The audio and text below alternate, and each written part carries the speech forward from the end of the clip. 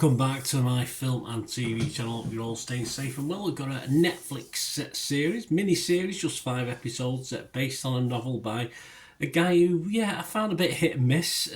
Possibly find this a little bit hit and miss as well. It's based on a novel by Harlan, Coben, who acts as executive producer on this series. It's called Missing You. It's released on January the 1st, so I'm recording this on the 14th of January, so it took me a little time to get around to watching this one. And they're about 44 minutes approximately, the episodes. And to say what it's about, well, there's lots of things going on. Basically, it's Detective Kat Donovan who discovers her missing fiancé on a dating app over a decade since his disappearance. But to say that's all it's about, I'd just say to her, move on, girl. But we'll see how that pans out, won't we, as this proceeds. But there's lots of other things coming to this as well. So murder mysteries and various things, etc. This stars Rosalind Elisa, Jessica Plummer, Richard Armitage, Lenny Henry, Steve Pemberton, Mark Warren, Samantha Spiro, Lisa Faulkner. An interesting range of actors in this, some more familiar perhaps with more comedic or dark comedic roles as well, which probably confused me a little bit, certainly from episode 2 onwards, that's for sure.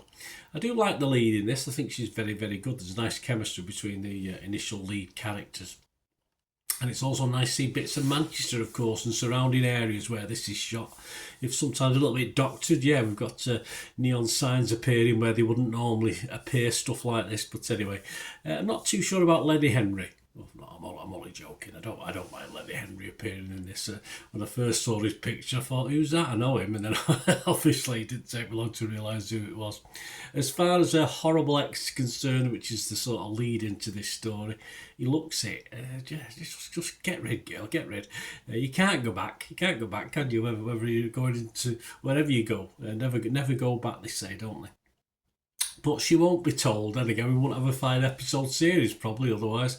A nice mix, if you think about it, or potentially a nice mix of little plots, subplots, simple, silly, some of them, but nothing wrong with that initially, although very quickly into this 5-episode series. In fact, by episode 2, I thought I was watching a different thing, a different drama. I thought I was watching a dark comedy drama, because all of a sudden, Steve Pemberton appears, who's obviously begin to get a number 9 or a League of Gentlemen feel to this, which is a bit odd because we're talking serious stuff here, and it just made me wonder what the hell's going on with this. And we never really get back to that serious crime drama, basically because of Steve Pemberton. It's as simple as that. I can't picture him being in something serious. I know it's horrible to do that, but that's just how my mind works, and I'm sure one or two other people's might have worked like that as well. And sadly, the further into the series we get, not just Mr. Pemberton, but the silliness just takes over as the realms of believability as to what's going on screen are pushed further and further, despite the serious subject matter involved in this. And all the conspiracies are quickly unravelling, literally every 5 minutes. There's that many of them. It seems to be every 5 minutes you discover something. You go, all right, okay, which is fine. That's what I like. I like a series to have its conclusions. But as though it should have been played more for a dark comedic angle from episode 2, but rather than the serious drama, thriller drama it no doubt wants to be. It just lost it for me. It just got a bit silly, and it never really made its mind up. And for me, it lost out a bit. That's my opinion. Other people's don't particularly agree with that. My scores on this one, I was fresh on Rotten Tomatoes, so there you go. It's not a total disaster. I was mixed though on Metacritic, and I've just got to give this my minimum score of 5 out of 10. As I said, certainly episode 1 I was intrigued. Episode 2 it got a bit silly, and it intrigued me and found it silly in equal measure, I think, for the rest of the 5 episodes. What are others thinking? Because it doesn't just matter about me, does it? Well, it's got a 5.2 out of 10 on Rotten Tomatoes, so not fantastic. 26 critics, split down the middle, which is I think this series will do to people. 13 were fresh and 13 were rotten. Metacritic give it 57 out of 100. 4 were positive, but like me, 8 were mixed and 1 was negative.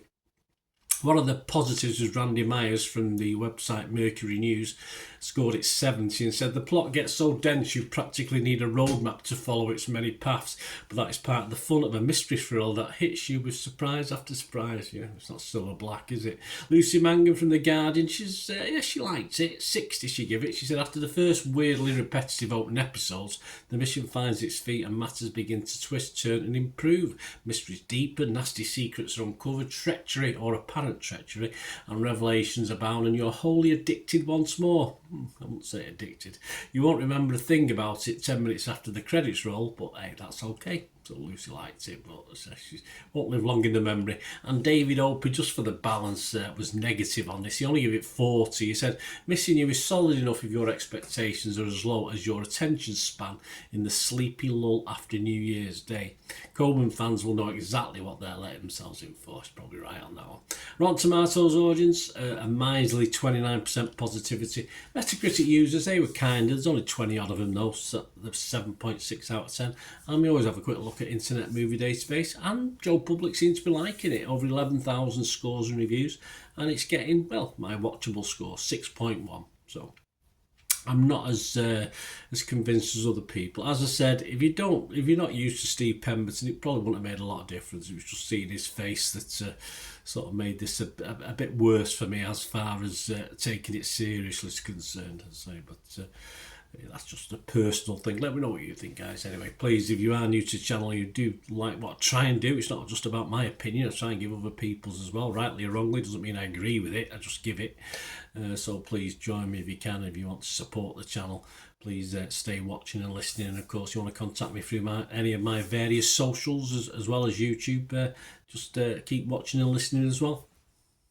Shout out before we go for my sponsors at the moment, Piat 6505. They've got a little eBay shop and they sell movie posters from the 1990s and 2000s. Some great films, some great actors. So please check the link in the comments section below and you'll go straight to the shop. I dispatch everything between 24 and 48 hours. So if you see anything there, you want to order it, you can also mention my name. I mean, they are sponsoring me, so I do my little deal as well, so you can get 10% off if you buy anything. Just mention me, so say Bernard sent you, and they'll give you a 10% reduction on your order price. My thanks to Piat 6505. If you're interested in sponsoring the channel yourselves, guys, supporting the channel by sponsorship, just let me know. My socials are on screen there, so just contact me about that and we can have a chat.